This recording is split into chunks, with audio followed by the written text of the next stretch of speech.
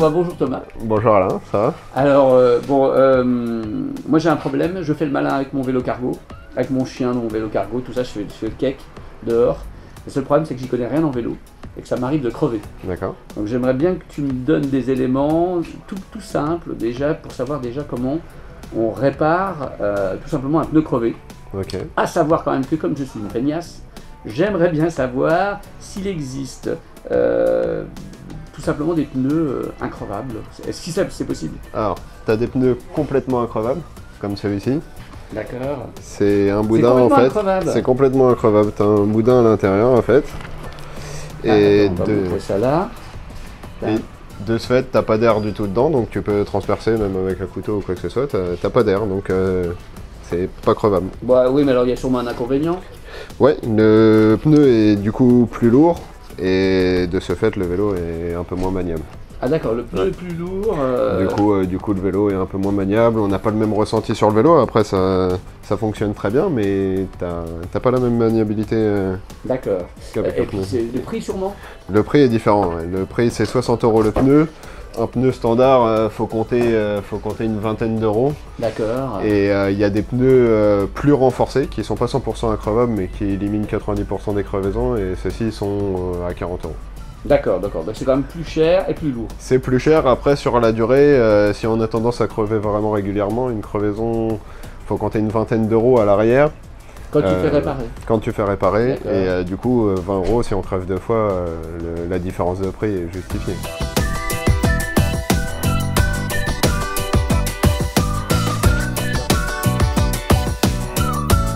Si tu veux le faire par toi-même, comment tu fais? Des petits gestes techniques tout bêtes, mais... Pour démonter une roue? Ouais, déjà. C'est peu pas tout, moi je suis très bête, moi, en fait, sur le vélo, je sais pédaler, quoi, à peu près, quoi. Alors, pour démonter la roue, déjà, il faut commencer par desserrer le frein. Alors, attends, tu desserres les freins? Voilà. Ouais, mais alors, attends, parce que le système de serrage des freins... Voilà, c'est à ce niveau-là. D'accord, voilà. C'est cette partie-là. C'est le crochet. C'est presque toujours comme ça, c'est un crochet. C'est généralement comme ça, oui. Après, il y a d'autres systèmes, mais celui qu'on rencontre le plus souvent, c'est celui-ci. D'accord. Donc, on défait le crochet et les freins s'écartent. D'accord. Bon, tu commences par les freins, d'accord. C'est ça. J'ai compris. Pour le dérailleur, il faut toujours se mettre sur la vitesse la plus basse. Donc là, il est directement bien réglé. Maintenant, si quand tu t'arrêtes, tu es sur une autre vitesse, tu repasses toujours à celle du bas.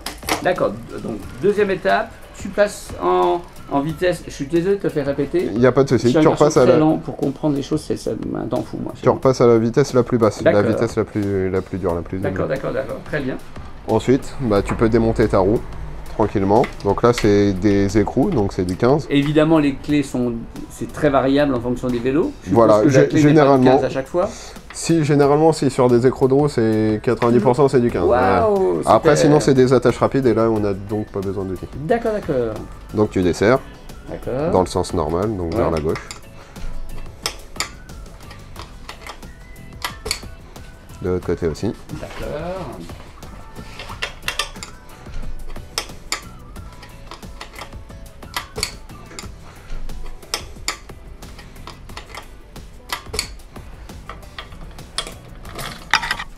Du coup, ta roue est démontée.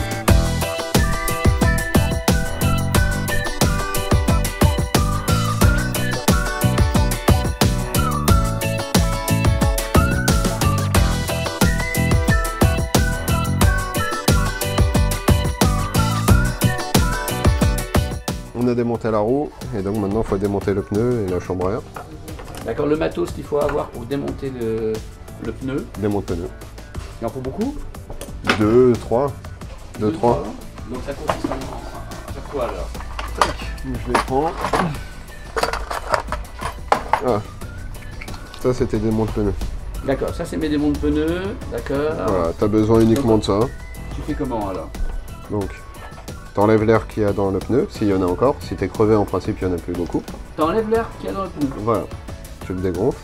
Là, c'est une valve Schrader, donc faut appuyer sur l'obus à l'intérieur.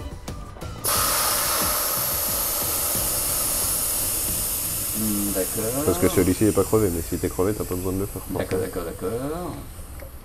Ouais. Donc voilà. Ensuite, tu passes ton démont de pneu, ton premier démont de pneu. D'accord. Tu essayes de récupérer la tringle et tu le sors de la jante.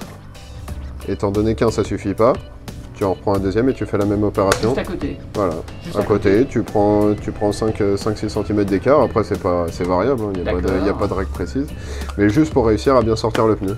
Si jamais il sort pas encore en totalité, bah, tu peux en rajouter un troisième, et là tu le fais glisser pour ouvrir le pneu. Ah d'accord. Voilà. Là, Donc tu mets toujours les démons de pneus proches l'un de l'autre. Ouais, plus proche, ouais. Ah, c'est moins dur. Je pensais qu'il fallait en mettre un là, un là. Non, ça sera moins dur si tu les rapproches. Plus tu les rapproches, moins ça va être dur. D'accord. Et ensuite, ensuite tu peux sortir le pneu et la chambre à air.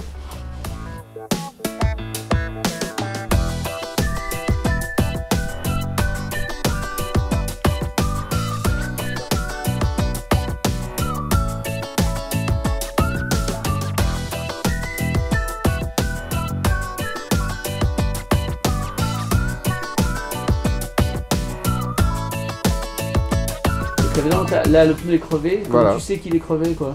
Bah, tu repères le trou, tu fais le tour et il y a un moment où tu sens un film d'air passer. Oh. Si, je t'assure. Ah oui, il y a une odeur de chaud en plus. D'accord. Voilà. Mais attends, il faut pas que ce soit précisément.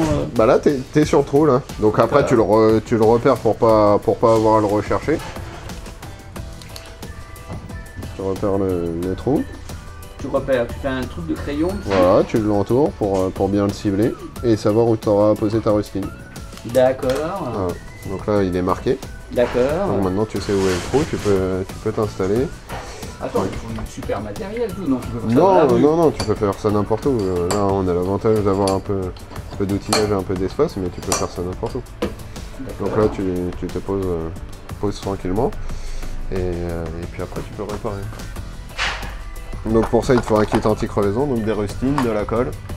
Donc là, tu grattes au-dessus du trou pour que la colle colle mieux. T'enlèves juste une couche de caoutchouc. D'accord. Avec le papier de verre, il est fourni dans le kit anti-crevaison. Ça bougera pas, ça bougera pas du tout, c'est-à-dire que ce sera pas plus fragile à ce moment-là. Non, si elle est bien faite, elle durera à vie. T'as le droit de faire 3 crevaisons sur une même chambre à air. C'est marqué où ça? Sinon, elle est considérée comme fragilisée, il faut la changer. Mais tu fais 3 crevaisons. C'est une convention internationale. Voilà, c'est comme ça. Non, c'est toi en tant que réparateur de vélo. S'il y a plus de 3 crevaisons sur une chambre à air, tu la remplaces. D'accord. Voilà.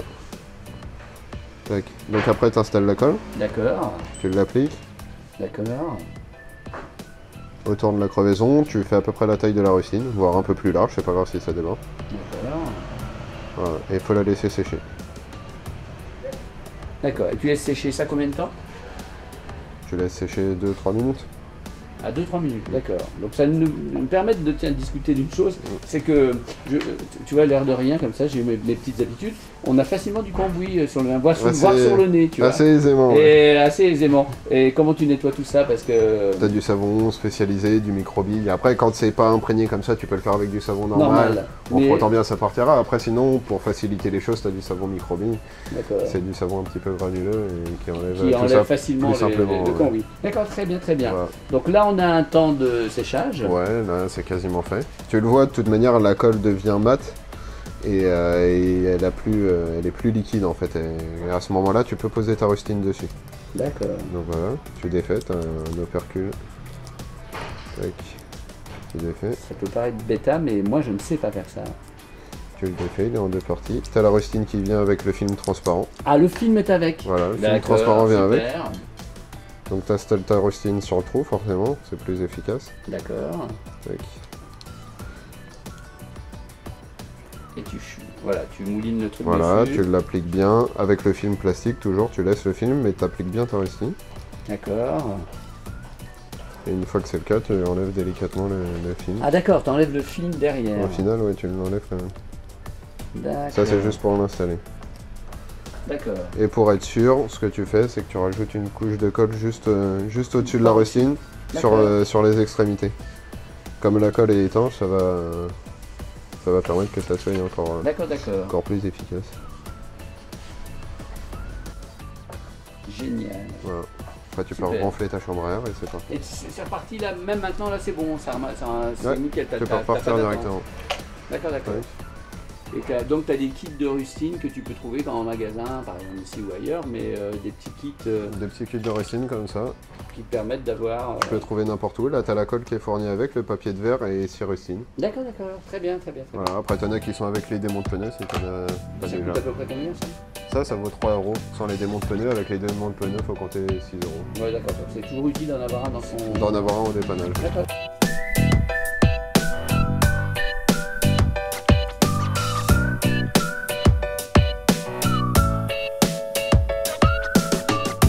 D'accord, comment tu le remets? Tu peux paraître con, mais comment tu remets ton pneu Comment tu remets ton pneu avec la chambre à air sur la roue? Ouais. Tu commences par mettre le pneu avant la chambre. Tu mets un premier côté. Ouais. Ça s'enfile assez facilement. Ouais. Ensuite, comme je t'ai dit tout à l'heure, tu regonfles un petit peu ta chambre à air. D'accord. Pour éviter de la pincer. Tu passes d'abord la valve dans le trou de valve. La valve, c'est le machin, le bitonio métallique qui se balade là. C'est ça, tu le passes dans le trou de valve. D'accord. Oui. Très bien.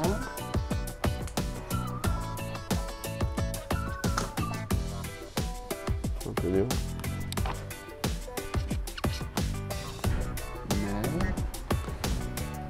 Ensuite, tu glisses la chambre à air dans le pneu. Tu fais bien le tour avec.